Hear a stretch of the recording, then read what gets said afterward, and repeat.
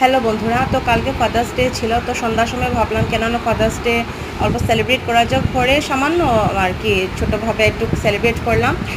সেলিব্রেটকে একটু ডাল ছিল, তো ভাবলাম একটু পকোড়া করে দিই। তো রিশানের পাপার জন্য অল্প স্পেশাল ফিল করবে আর কি। তো ওর পাপাও ভীষণ ভালো পায় পকোড়াটা খেতে, আর রিশানও বেশ ভালো পায় খেতে আর কি। তো তার জন্য এই পকোড়াটা আমার ঘরে প্রায়ই হয় আর কি।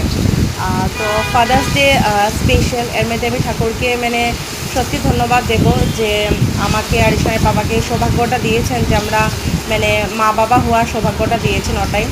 তো রিশান যে আমাদের লাইফে এসেছে আর কি, আর ভীষণ স্পেশাল রিশান আমাদের জন্য, মানে পুরো লাইফটাই চেঞ্জ করে দিয়েছে আর কি। তো ভাবলাম কেননা এই সুন্দর মুহূর্তটা বিকালে আমরা একসাথে বসে মানে এনজয় করি আর কি। তো বাইরের থেকে বলেছিল কিছু নিয়ে আসতে, বলে কেন না ঘরেই বানিয়ে নিই আর কি। তো ডাল ছিলই, তো ওটা দিয়ে আমি পকোড়া করে নিলাম। রিশান ভীষণ ভালো পায় এটা খেতে আর কি। তো রিশানকে বানিয়ে আগেই ওকে দিয়ে দিয়েছি। আর এই যে আমার পকোড়া সব রেডি হয়ে গেছে, সাথে চা ছিল, গুড় দিয়ে বানিয়েছি।